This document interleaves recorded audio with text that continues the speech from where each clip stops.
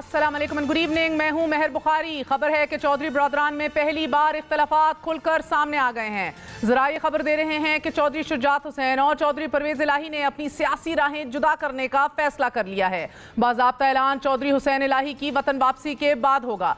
जरा ये बता रहे हैं कि काफ लीग के 3 MNAs में से 2 तहरीक इंसाफ के हामी हैं। मुनस इलाही और हुसैन इलाही तहरीक इंसाफ में रहना चाहते हैं, जबकि चौधरी शुजात हुसैन के बेटे चौधरी सालिक हुसैन नून लीग के साथ अपनी सियासत को जारी रखना चाहते हैं। काफ लीग के 2 धड़ों में बंटने की इन इतलात में कितनी सदाकत है? क्या वाकई चौधरी बरदरान ने अपनी सियासी राहें अलहदा कर ली हैं या फिर अलग अलग सियासत करने का यह फैसला महज सियासी बुनियादों पर है? इसी हवाले से बात करेंगे। हमारे साथ वफाकी वजीर सालिक हुसैन साहब मौजूद हैं। सालिक साहब, बहुत बहुत शुक्रिया साथ देने का। फरमाइएगा कि ये खबर आपने भी सुनी होगी कि बिल आखिर पहली बार खानदान जो है सियासी तौर पर अपनी राहें जुदा करने का फैसला कर चुका है।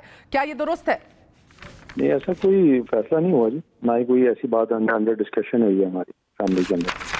अच्छा, आप कह रहे हैं ऐसी कोई बात नहीं हुई, कोई डिस्कशन ही नहीं सिरे से हुई, यानी कि हुसैन इलाही और मुनस इलाही तहरीक इंसाफ के साथ अपना सियासी मुस्तकबिल देख रहे हैं, आप नून लीग के साथ ही जाना चाह रहे हैं। ये किसी सतह पर इस पे खानदान में गुफ्तो शुनीद नहीं हुई? मुझे इल्म नहीं है जी कि उन्होंने अगर ऐलान किया हो इस चीज़ का तो क्लियर हो जाएगा, लेकिन हमारा फैमिली में कोई ऐसी डिस्कशन नहीं हुई। ठीक है। और सर ये बातें जो हैं ये कहाँ से आ रही हैं? आप कह रहे हैं कि ऐसी कोई डिस्कशन नहीं हुई, यानी कि बेबुनियाद खबरें हैं। टेंशन्स तो बहरहाल अपनी जगह कायम हैं जब से आप नून लीग के साथ गए हैं, वफाकी वजीर भी बने हैं और परवेज इलाही साहब, उनके साहबजादे ने भी तहरीक इंसाफ के साथ रहने का ये फैसला किया है। तो ये बातें कहीं से फीड हो रही हैं खानदान के अंदर से या कहाँ से आ रही हैं? वज़ीर आज़म साहब मिलने आए थे जी चौधरी शुजात हुसैन साहब से, तो उसमें कोई ऐसी मेरा ख्याल है शायद किसी ने कोई उसका मतलब ये निकाल दिया हो, लेकिन ऐसी कोई हमारी बात नहीं हुई इस हवाले से, ना ही पंजाब के हवाले से कोई बात हुई। उनके खैरियत दरियाफ्त की, कुछ बजट के ऊपर बातें हुई, कुछ शुजात साहब ने उनको मशवरे दिए बैरून मुल्क पाकिस्तानियों के लिए क्या किया जा सकता। खानदान, अच्छा, ये आज के मशवरे शहबाज शरीफ साहब के साथ, क्योंकि सर ये भी पहले बात हो रही थी कि नून लीग के साथ भी काफ लीग की अंडरस्टैंडिंग जो है वो बनना शुरू हो गई है। हमारे कुछ जराए मेरी जिनसे बात हुई उन्होंने भी इसे कहा कि नहीं, ऐसे मामला ही नहीं है, कोई ना ऐसे कोई राब्ते किसी सतह पे हुए हैं। लेकिन ये बात सर, इसके अंदर तो वजन दिखता है कि कहीं ना कहीं अब शायद रास्ते जुदा होने हो, इलेक्शन भी सर पे खड़ा है, तो ये चॉइस तो बहरहाल अब आपको आज नहीं तो कल ये फैसला करना होगा।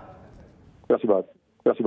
कोई ऐसी बात नहीं। तो हुसैन साहब बताइएगा कि क्या आपको अपना मुस्तकबिल मुस्लिम लीग नून के साथ ही दिख रहा है आने वाले इलेक्शंस में ही? क्योंकि मुनस साहब तो बहरहाल बड़े क्लियर हैं, जो उनके पब्लिक बयान भी आ गए हैं इमरान खान साहब के साथ चलने के हवाले से भी। तो are you very clear unto yourself at least कि आपका सियासी मुस्तकबिल किसके साथ है? जी, मेरा ख्याल है जी अभी जब इलेक्शन करीब होंगे तो इंशाल्लाह उस टाइम फैसला करेंगे।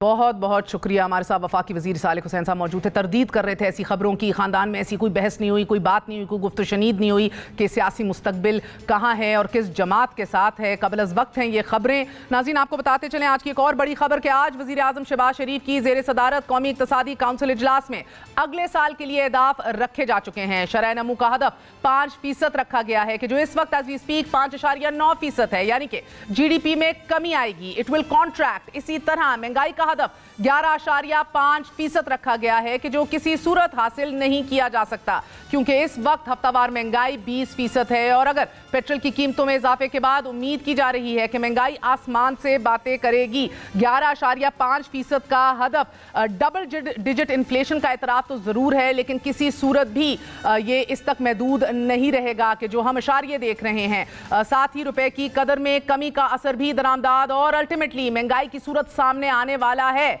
साथ ही हुकूमत ने असूली फैसला किया है कि अब बाजार और दुकानें रात 8:30 बजे बंद कर दी जाएंगी ताकि बिजली की बचत की जा सके। मगर कारोबारी हजरात के मुताबिक ये फैसला भी सरहन गलत है। हमारी ट्रेडर से जो बातचीत आज भी हुई, उनका यह मानना है कि दिन में गर्मी की वजह से लोग बाजारों में खरीदारी नहीं कर पाते और अगर 8 बजे दुकानें बंद कर दी जाएंगी तो कारोबार ठप हो जाएगा। हुकूमत के पास बहुत महदूद वक्त है और ऑप्शंस उससे भी कम कि जिसके अंदर उन्हें दुरुस्त फैसले करने हैं। IMF प्रोग्राम की बहाली, रुपए की कदर में बेहतरी और महंगाई में कमी जैसे चैलेंजेस का सामना है, क्योंकि गुज़िश्ता 2 माह के दौरान महंगाई 28 माह की बुलंद तरीन सतह पर पहुंच चुकी है। शहबाज हुकूमत के 60 दिनों में आटे का 20 किलो थैला ₹54 नाज़रीन। साथ ही टोटा चावल ₹10, दाल मसूर ₹50, दाल चना ₹20, घी ₹50 और बासमती चावल ₹36 फी किलो महंगे हुए हैं। शहबाज शरीफ की क़यादत में इत्तेहादी हुकूमत और अपोजिशन में मौजूद तहरीक इंसाफ बज़ाहिर 180 के एंगल पर खड़े हैं,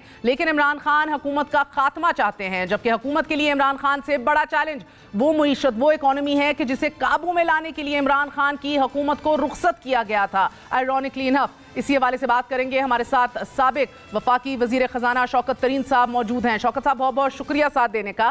thank you very much Indeed for joining us.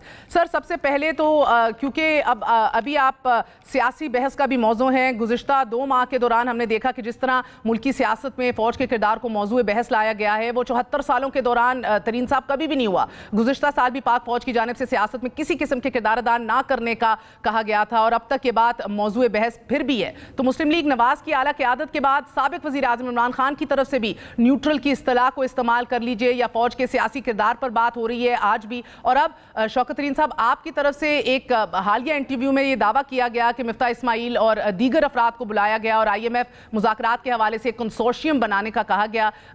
अगर आप कहें तो एक दफ़ा चलाए देते हैं, मुलाहिज़ा कीजिए। मुझे बुलाया गया था, उसमें हफीज़ शेख साहब भी थे, मिफ्ता साहब भी थे, और हमारे तारिक बाजवा साहब भी थे, और रज़ा बाकर साहब भी थे। और ये गुफ्तगू हुई थी कि इस वक्त IMF की डिस्कशंस काफ़ी क्रिटिकल हैं मुल्क के लिए। पर आप कह रहे हैं कि हम इस हुकूमत के साथ मिल के IMF को जाके ये कन्विंस करें कि वो हमारे साथ प्रोग्राम आगे लेके चलें, तो मैं वो करने को तैयार नहीं हूँ।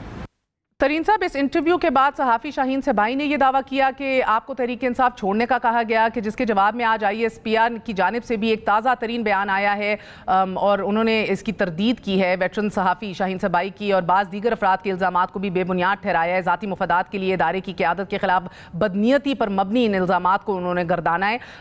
तो इस दावे की इस हद तक तो बात आई थिंक खुल के आपने भी तरदीद कर दी कि आपको कभी PTI छोड़ने और नून लीग में डायरेक्ट शमूलियत का नहीं कहा गया था।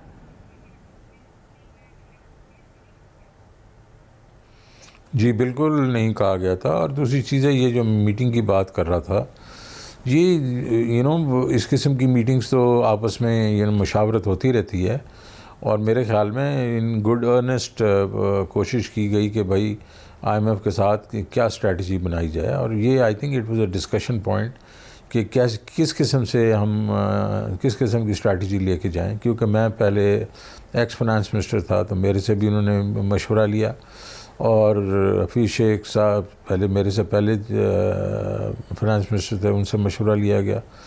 तो उसी चक्कर में एक ज़ाहिर है एक मौजू ऐसा आया कि भाई क्या PTI के लोग जो हैं वो इस वक्त जाके IMF के में हेल्प कर लेंगे। तो मैंने उस पर कहा, यार देखो, अब वो तो अच्छा नहीं लगता ना, क्योंकि हमें तो इन्होंने निकाला है अभी। तो ये है कि न्यूट्रल अगर गवर्नमेंट आ जाती है, इंटरिम गवर्नमेंट आ जाती है, उनको हम हेल्प कर देंगे। बस यहाँ तक रही है बात, और तो इसमें कोई, लेकिन इसको बहुत बड़ा कर दिया गया है। जी तरीन साहब, आपको दावत किसने दी थी, वहाँ बुलाया किसने था? यार देखो, जिसने भी बुलाया था वो obviously I would say that इसके ऊपर मेरे ख्याल में काफ़ी डिस्कशन हो चुकी है, तो इसको यहीं रहने दें तो अच्छा ही है। चलें, जिसने बुलाया था वो हम सभी समझते हैं, आपको फौजी कमान नहीं बुलाया होगा, टॉप क़यादत ने। मगर सर ये बताइएगा कि उधर आपकी फ़कत इकोनॉमिक इनपुट लेने के लिए आपको बुलाया था फॉर सजेशंस एंड पॉसिबली कि अगर ऐसा कोई कंसोर्शियम बने कि आप भी रिप्रेजेंट करें पाकिस्तान को अमेरिका या IMF के सामने। हाँ बिल्कुल ऐसी बात है, सिर्फ इकनॉमिक डिस्कशन के लिए बुलाया गया था। और ये जब मैं भी फाइनेंस मिनिस्टर था, उस वक्त भी हम इस किस्म की डिस्कशंस करते रहते थे अमंग्स आवरसेल्व्स, अमंग्स इंस्टीट्यूशंस। तरीन साहब, ना आपने की थी कि मैं नहीं हिस्सा बनना चाहता, बड़ी अनकंफर्टेबल सिचुएशन है, या ये ना मिफ्ता इस्माइल की तरफ से आई थी कि मैं नहीं चाहता कि हमारे साथ जाएं शौकत तरीन साहब?